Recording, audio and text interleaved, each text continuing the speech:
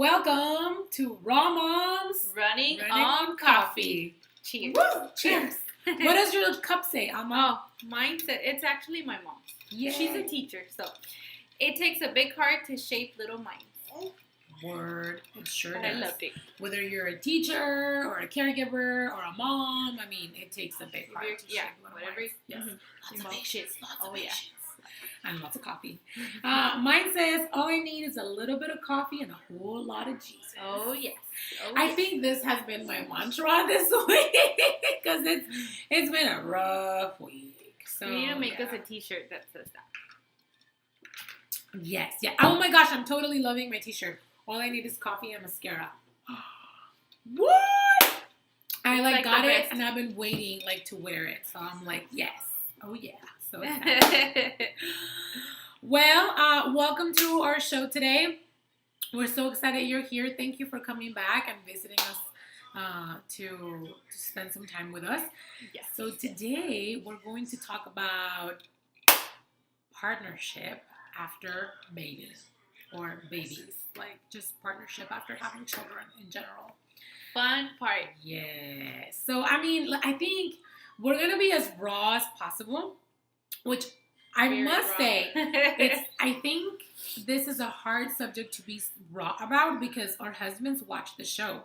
So, and then people we know, but still we're gonna do this and we're gonna be raw and we're gonna just say it how it is Mhm. because partnership really does change a lot once you have a child. Oh, yeah, definitely. I think it's one of the biggest changes after baby comes. Mm-hmm. Before I had a baby, I didn't realize why people got separated or divorced when after they had a child. Like they had been together for 15 years or 10 years and then 5 years and then they had a baby and like a year or two later they were like divorced. And I was like, why would they like have a child and get a divorce? I didn't get it. And so that I always asked that. But then, can you open it so I can? There's some statistics. I realized, oh, this is why. Like this is why it happens. And so according to the Relationship Research Institute in Seattle, within 3 years of the birth of a child, approximately 2/3 of couples find that the quality of their relationship declines. And within 5 years of the birth of that first child, 13% of marriages end up in divorce or people who are living together separate.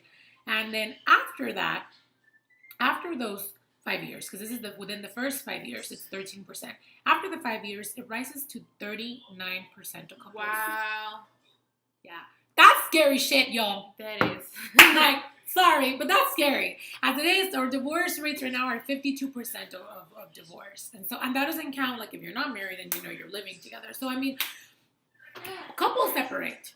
And I think I don't think the child in particular makes it a million times harder. I think it's just the stressors of how we handle it. And then if you don't communicate well, that's another thing because Yes. you have to be on top of it.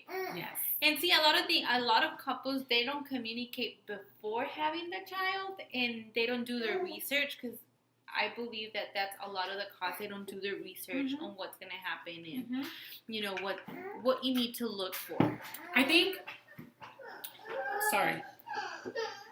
I'll be back. Sorry. So this is something that this may sound a little like cocky, but my husband and I have really good communication skills. I mean, our communication skills before Lucas were like top notch. And so I think, wow, we were so effective communicating. And then we had Lucas and we have struggled communicating. So I always think, man, if we struggle and we had really good communication. We were married for 6 years before we had Lucas, and we had really good communication skills. And then we had a baby, and our communication skills are not as effective as it were before. And so I think, wow, if we're struggling, I wonder if other people are struggling too. And I think yes, because if you didn't communicate before, if you weren't communicating effectively and then a child comes in, you stop all communication. I mean, there's just no way, Mm-hmm. So I think communication definitely is key. Mm-hmm. But I also think that once you have a child, it's harder to communicate. Oh yeah, it is way harder. And then when you have that toddler stage, it's even harder. I think the older they get, the harder it gets. Especially, like, the only way my husband and I can communicate now, it's in English. Because my daughter speaks all Spanish, but she's in the room. she's always in the room, so we have to find ways. So it is harder. Yeah, having that alone time, and then having What's the alone brain, time? having the brain to sit and communicate and be effective, and That's then the thing. we lose the patience and the kindness, I think, with our spouses. That was one of the things that I wrote. Like my patience and my kindness when I speak to him is not the same as it was before. Oh yeah, because I'm so I can tired. relate to that. And my patience and kindness already went all to my child.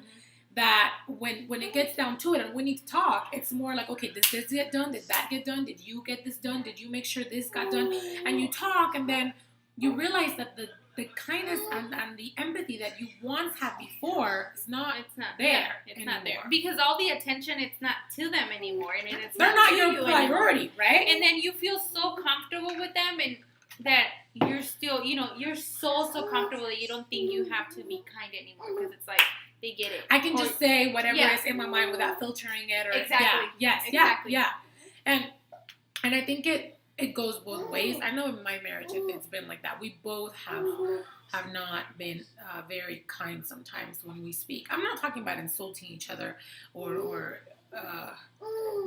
demeaning one another. I'm speaking about when you have the patience and the kindness, you're like, hey, you ask about their day, and you had a hard day, and you validate, and you're there, and I can relate to that. Like when Lucas came and he was like, oh, I had the worst day, and this happened, and a patient hit me, and then blah blah blah, and I'm like, well, let me tell you something. Like your day was hard, my day was, and then you try to top each other off because you're so tired. Empathy, we start to, we don't think about empathy because.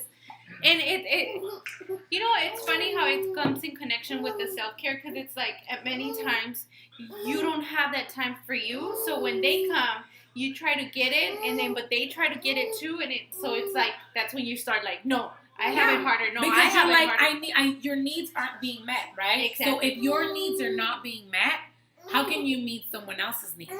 So sorry, no, go for it. If your needs are not being met, you cannot meet somebody else's, and that makes it 1,000 times harder to be married, because you're thinking, well, what about me? Like, I'm tired, and I went through all this, and I did this, and I did work, and I got spit on, and and then Lucas had an explosion. I mean, just like 1,000 things that go on throughout the day, and they had their things too. They had an overwhelming, stressful day, and then the afternoon comes, or whatever your schedule may be, and at first, you don't even have alone time together anymore. And then plus add that kids are usually attached to mom all the time, and then hubby wants time too. So and then the stress when your partner wants time. Your partner, I mean, there's no more of, well, right now it's mommy's and daddy's time, or it's mommy's and mommy's time, or it's daddy's and daddy's time. There's none of that. Like, that's out the window. And then you're like, how do I do this? And this, of course, varies for everyone. Some people have a little more support, and they can have their dates, and then some people don't have that much support, and they cannot have their dates. Or even hiring a babysitter is expensive, and then like trusting that person. So it's so complicated to talk about that. And I honestly do think that it's really hard on any partnership when there is no outside support, because community makes a difference. I think that's why they say it takes a village, honestly. Exactly. Because they're not just talking about the child; they're talking about everybody. Yeah, the parents, and then who helps take care of the baby when the parents can't. Yes. If you're lucky to have. But we want to talk from our experience and how it's been for us. Mine, honestly, has been the communication. That's been our thing. We have to strive to communicate more effectively and with lots of empathy, and that's where everything derives from. I honestly think that we've really struggled with. We had all the time in the world before for ourselves for 6 years, and we traveled and we both worked, and so losing that financial stability by me choosing to only work part-time has definitely made an impact in our lives, which has brought financial stress, which in return has brought stress as a couple. Yeah. So working through that and being mindful of the situation, and just remembering what each one does, how each one does play like key roles in the household, and having that empathy And honestly, like, sex, That's one of mine. Don't worry. like, it has gone, It's like, got out the window. out the window. It's like, crazy. I'm like, wow, what? People used to say, sleep is the new sex when you're a parent. And I was like, no way. Sex is always going to be sex. And then I became a mom. And I was like, damn, you know? They were Right. Because sometimes you're tired, you know, they're in the mood. But then sometimes they're in the mood and you're tired. Sometimes you're both tired. Sometimes you can't even, like, talk. I don't know if you've had those days when, like, your partner gets home and you have dinner, if you're lucky, have dinner together, and you don't even want to talk. You don't want to say anything. You're just tired. just And there. and the conversation is like, did you do this? Did you do that? Did you change the diaper genie? You know, did you take out the trash? How was your day? Did you resolve this with HR? Did the child do this? And it's just dry. That and superficial. like, we need small to talk, do this yeah. and talk, and then that's it. And then you, like, sit down and, like, veg and, like, watch a show maybe, but you don't talk because you're tired. And then it's like, want to get it on? You know, I have to wake up early in the morning. Yeah. Like, maybe tomorrow. And then tomorrow comes. We'll see how tomorrow we feel. And it's the same thing. Or you're both in the mood, but then the kid doesn't want to go to sleep. Oh my gosh, that happens to us all the time. Every time we're both in the mood. Yes, it doesn't happen. I'm like, oh my gosh, why is this happening to us? Yes, that happens quite a lot. Yes. Yeah. Oh my gosh, good one. Yes. Yes. Yeah. So, you know, that happens to us all the time. Like all the time. Oh, these kids. It was easier when they were babies, but then once they grow and they're everywhere, like once they walk, that we differ because we have different personality with, like, where kids have different personalities. Like, Alma says it's easier for her when they were babies. For me, it was not. Oh, well, true. My child cried all the time. Like, all the time. He didn't sleep at all. And he cried all the time. Like, he couldn't be put down. So, yeah. I think from the moment he was born, that was it. You're like... That was it. There was no easiness. I remember in the hospital, he just cried. Like, he could just be, like, on top of me. And, you know, like, they want them in their little, like, place, but they can't. So I don't know why they do that. That's like, They hate really, they just came out of us. Like, they literally just hate came it. out of us, and you want them on a crib. But that's a whole different story, because I have a lot to say about that. At first, Almirita would only stay, and her too. At first, they would only, like, sleep right here.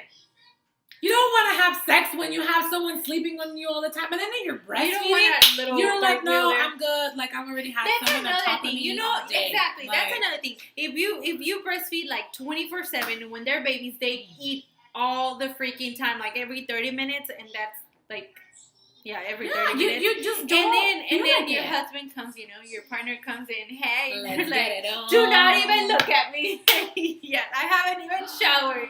Oh my gosh, no. So it's No. like, It's just no. I feel yucky. Just don't No. even look at me. Yeah, Yeah. it's and it's sad, but it's true. We have like scheduled sex before, like we've just had to schedule it, just like a date, you know.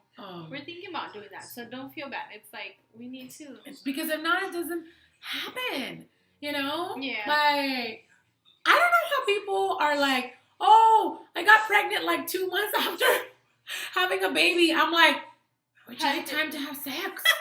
Someone asked me that because our daughter sleeps with us, Almitita, and they're like, well, when did you have time to, like, for her? I'm Because like, the bed is the only place where you can have sex. The little girl sleeps, and the door locks, and there's plenty of floor. So, and we have more than one bedroom. So. Like, when you choose co-sleeping, yeah, because we co-sleep too, and it's a whole, you have to get creative. Yes. Oh, yeah. For sure. Yeah. So, the struggle is real. Like, we won't go into details. The things that you have to go through once you become parents and you choose, like, a certain parenting style and you choose to co-sleep or breastfeed. And, I mean, the struggle gets real. You have to get creative. Oh, yeah. You know, and prioritize. For sure. My mom would tell me before, you know, becoming a mom, and she said, once you become a mom, everything just changes. You get to know a side of your husband that you never knew existed. And you get to know a side of you that you never knew existed. She's like, people that don't have kids, and she meant it in the nicest way because, you know, I didn't have kids then. She's like, they're the most selfish people ever.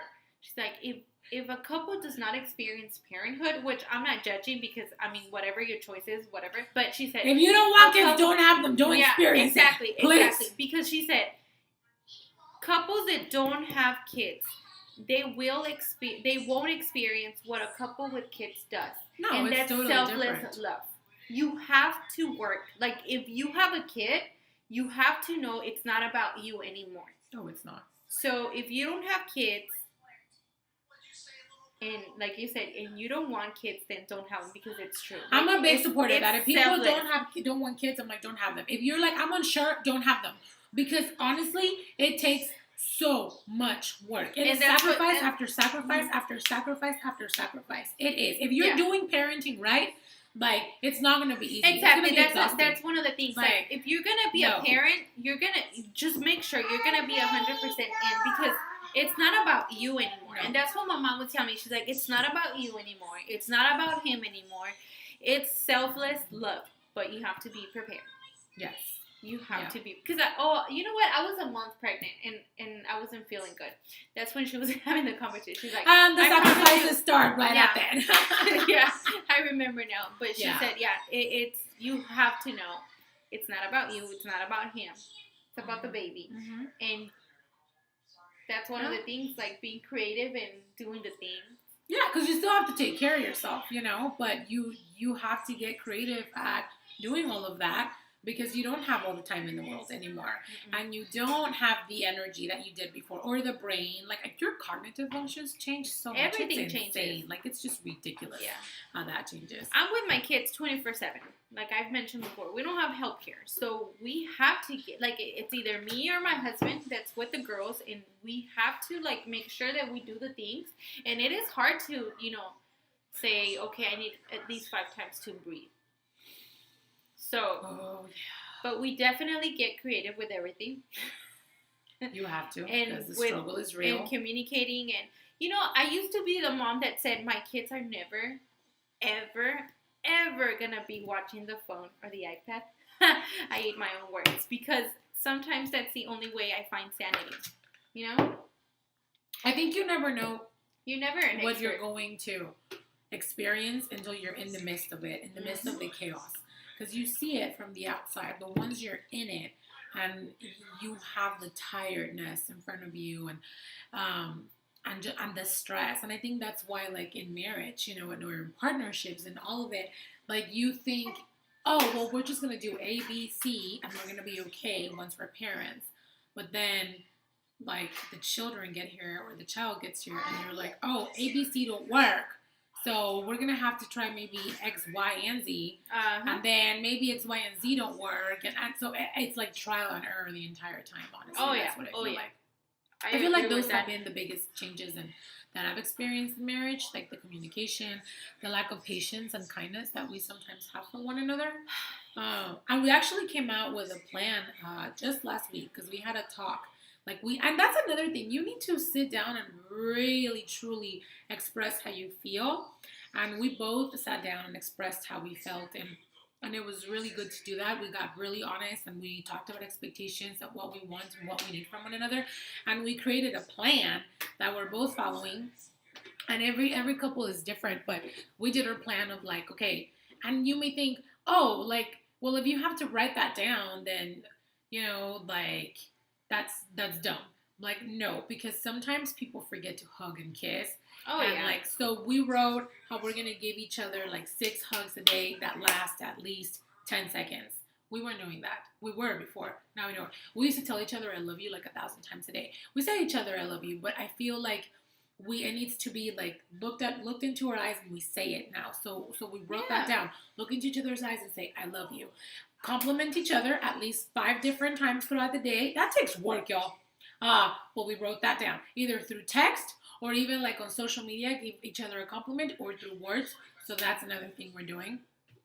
We also spoke about kissing like a real kiss, not like a peck. Like have 3 real kisses per day, and you're like, only 3? That's a lot when you have children. Oh, yeah. Like, I want you to think of the last time you passionately kissed your partner. Like, let's be real. Or when you gave them the last 10-second hug, like that close hug, Or when you just sent a text and it wasn't to pick up diapers or, pick up a meal because I'm not cooking tonight. Like a real text of how much you appreciate the work that they do and how they're a hard worker or how they're kicking That goes a long way. ass, along, like, with all the kiddos. I mean, all those things make a huge difference in a partnership. Definitely. And we forget to do that. We drop the ball because our children just take everything, Yeah, our priorities change, most definitely. Mm-hmm. And that's one of the things, speaking to your partner and being on the same page, that the priority is going to change. Because one of the problems that we had when we first got married, my husband, he did resent that he wasn't the first one for everything, that he wasn't, my priority, because he's like, hey, that was one of the biggest What about me? Yeah, like, what about me? So it's one of the things that I think it's important to talk about. And it's funny because I would tell him, I made sure before my first one was born to have a date with him. And he would tell me, there are more dates coming, because I kept pushing it, and I'm like, let's go on a date, He's like, we'll have plenty of dates to come. I'm like, I don't think so. Like, I could feel it. And I have nephews, so I have seen, he didn't have that experience. I did, and I saw what would happen when couples had kids. And he's like, no. I'm like, finally, we ended up at Buffalo Wild Wings because it was like 11:30 at night and nothing else was open. So we ended up there, but we had a great time. And boom, 2 days later, baby girl comes, and it took a year before we had our first date. Wow. And he's like, oh, Yeah. So it's important to communicate and say, hey, I know you're not going to be my priority, but I still love you. I'm still here. And it's just funny how God made women and men and how we are reactive to the kids, because he makes sure that I'm always the first one and then the babies. But I don't know, speaking for me, it's the babies now, to me, are the babies, and then the marriage, our marriage, which maybe it's not right, but that's how I was at first. I'm working on it. I'm still working on it. And I think everyone is different with that, kids. like your priorities, because Mm-hmm. you decide what your priorities are. I'm the opposite. I think my marriage needs to be first and then my child, because if I'm not okay with Lalo, things are not going to be okay at home. Do I always put it into practice? No. Do I neglect my husband? Yes. And I apologize for it. And I told him the other day, you should be my number one. But that doesn't mean that I sometimes put you there. Because I get so caught up, Yeah. Well, my number one should be me, and that's my thing. I need to be okay, and then once I'm okay, then I can focus on the marriage, and then my child, and then everything is like fine. When I do that, I see that things work out, because if I'm doing okay, I can give the best to everybody else. But I think that's one of like the biggest challenges that we face as moms, when truly putting ourselves first. Like, truly, that's one of the big ones. That's just crazy. We're so used to putting everybody first. Yeah, you're putting your child first, or sometimes your partner, and so I think it works in that, and I see it with us. Like, if he takes care of himself and I take care of myself and we take care of each other, we run in harmony. But when that doesn't happen, we're in chaos. Yeah. And that's one of the things that I learned from my husband. Because he's like, I put you, because if I get mad, he gets mad at my daughter, and I'm like, why? And then that's when he explained, to me, you're always first. So if you're not okay, I'm not okay, and the kids are not okay. He's like, so to me, you come first. And that's one of the things that I learned from him, and that's why I started working on it. I said, okay, you're right. It should be our marriage, and then everybody else. Because at the end of the day, the kids are going to grow up, they're going to leave home, and who are you going to stay with? Yeah. Right? Yeah, so, the base, right? Exactly. The foundation. The partnership. That's the one that needs to be strong. So, yeah, I agree. And I was and you and your partner are unrelated. You're not blood. So, it's not like you ever... So, it's not like you're like, oh, that's my ex-son walking down the street. That's my ex-daughter. No, but people do say that's my ex-partner. That's the most fragile relationship you're ever going to have in this world. If you ever choose to have a partner, that's the most fragile relationship ever, because your children will always be your children. I mean, God willing, but your partner, like, that relationship. That's why you have to work at it harder, I think. But Yeah, that's definitely one of the things that I struggled with. It's just Yeah, that's hard. I think we think, oh, this is the way it's gonna be, but then once we're in it, like I said before, then you realize really where your priorities are, where your heart goes to, what you're. Even though you're like, no, this should be first, you're still drawn to whatever you're yeah. drawn to. It's just you don't know. You really don't know. Once you're there, like when you have the baby there, and you're like, shit, like now what, you know? And then those first 6 months to me were like survival. Like you're like literally, it's like survival of the fittest. That those first 6 months, and your marriage is put to the test. Oh yeah. Your partnership is put to the test a million times for sure. Oh yeah. I mean, I look at all that we went through and I'm like, man, this is insane. I think he just bought something. Oh my gosh. It definitely does put your marriage through a test. The first year that we were parents, I have to say it has been the hardest that we ever had as a couple. Like I thought we had, plus add other problems that came along at the same time. Oh, because there's always other problems. Of course, yeah. Plus the postpartum depression and how to deal with it, and he doesn't know how to deal with it, and then, you know, at that time, because I changed a lot, but at that time, I didn't know how to communicate and tell him, this is what I'm feeling, this is what I'm going through. So I was fighting it on my own. Not that I had to, but that's how I was, you know. So add that, and I'll have to say, it was one of the hardest years. We were living like roommates the first year, and, you know, like... Yeah. I think a child puts your marriage to the test, a partnership to a test like you've never even experienced before. Like... Because it gives you this intense crash course of like walking through fire while you're holding hands and you're supposed to like be like, we're gonna be okay, you know, and I'm not letting you go, and you're literally walking through fire and you're like, oh my gosh. And you get to, and it's true when they say you really get to know them, because you get to know the real them. Mm-hmm. The real you comes out, I feel. You know, I've seen couples. Of course, on social media, we're all like nice, right? But I've seen couples who've been married for like 10, 15 years and they don't have kids. And I see it and I'm like, I bet you anything they don't have kids. And I go on their profile and sure enough, they don't have kids. And it's just, and there's nothing wrong with it, but it's very different. It's super different. It is different because you have the patience and you have, and I think people forget that when they have children and they're like, oh, we're not like we were before. You're not, because you don't have the patience and you haven't slept and you might be a little bit more cranky than you were before. Yeah, so I mean, you're doing the best that you can, really. You really are. But we can always try to do more effective work. And we really do challenge you to do those things, like try to hug your spouse a little longer, several times a day. Say I love you. Send that text. Do something nice for your partner. Look at what it is that you guys need. Sit down and talk about it with them. You know, have that deep conversation of where are we after baby or babies, and everything are we starts okay? from there. You know, are we okay with where we're at? Is this good for us? And if not, what can we do? Mm-hmm. You know. Yeah, because everything starts with communicating to your partner what is it that you need and what do you both need. Mm-hmm. Are you both okay with where you're at? Uh-huh. And then being open-minded and realizing, okay, what do we need to do? Like, do we actually need to hire a sitter? Because a babysitter is much cheaper than a divorce lawyer. Do we need to, ask for help? Do we need to go to marriage therapy? Like, what do we need to go to our church? Like, what is it that we need to do in order to enhance this relationship? Because at the end of the day, our children are looking at us. That's it. They're looking at how a partnership works. They're going to base their relationships on our relationship with our partner and our relationship with them. You know? And one of the things I asked on Facebook the other day, I said, hey, name 3 things that you loved about your parents when you were children.